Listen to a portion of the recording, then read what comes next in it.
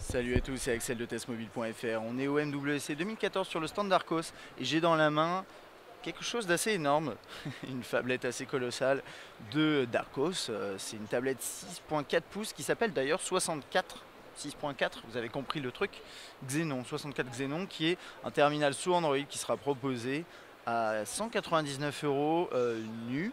Donc c'est pas énorme pour un appareil 6.4 pouces. On va faire un tour des specs. Android 4.2 dans l'état pour le moment, avec du 4.4 qui est prévu, j'ai plus la date en tête, mais qui est prévu, bien entendu. En fait, normalement, il devrait passer de la 4.2 à la 4.4 directement, avec possibilité éventuellement de passer en 4.3 si vous avez envie de bidouiller, d'installer vous-même la mise à jour, mais en OTA, il y aura la 4.4, pas de souci. 6.4 pouces, c'est du HD, donc 1280 par 720. On est sur du quad-core de Mediatek, 1,3 GHz, on a 1 Go de RAM, 4 Go de mémoire interne avec slot micro SD. On a également un appareil photo de 8 mégapixels. Je vais sortir du mode avion, c'est pas terrible ça.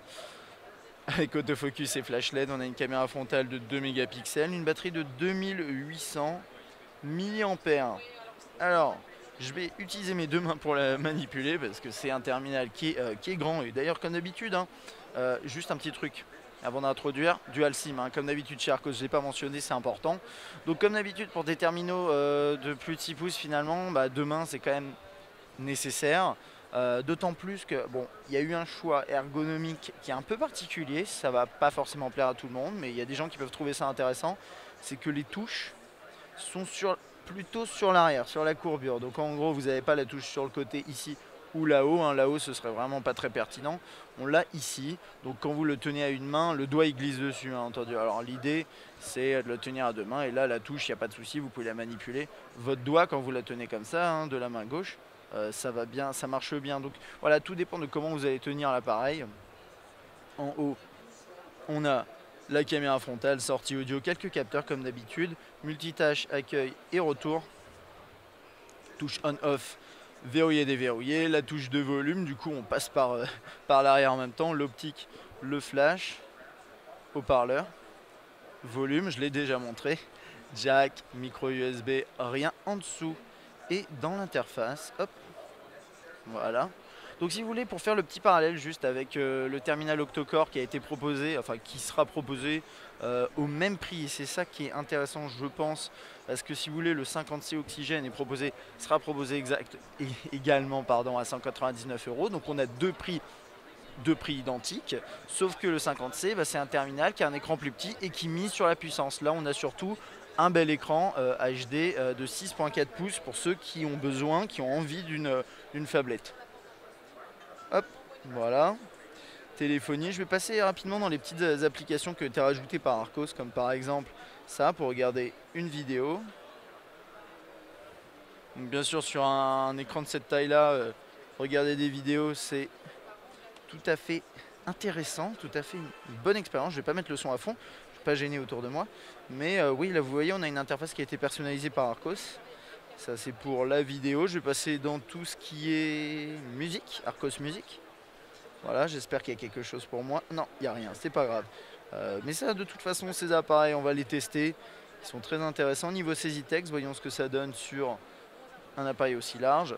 Bah oui, en portrait, de toute façon, ce qui est génial sur ces terminaux, c'est que vous tapez et vous avez quand même tout cet espace-là disponible. C'est quand même confortable.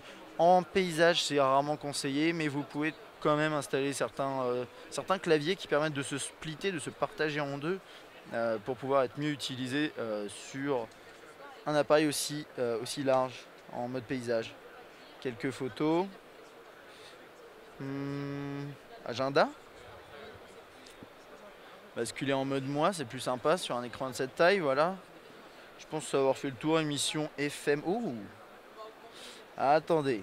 Émission, est-ce que c'est du verbe émettre ou pas? Brancher les écouteurs. Alors j'ai l'impression. Est-ce qu'il y a un émetteur FM dessus? Je ne suis pas sûr, là j'ai un doute. Peut-être émission FM, c'est pour dire émission, c'est peut-être une traduction d'un autre mot, peut-être pour dire, je sais pas, show ou quelque chose comme ça. Donc à voir, ça on confirmera plus tard, mais en tout cas voilà, vous avez toutes ces applications là qu'on a par défaut. On a également Arcos Remote.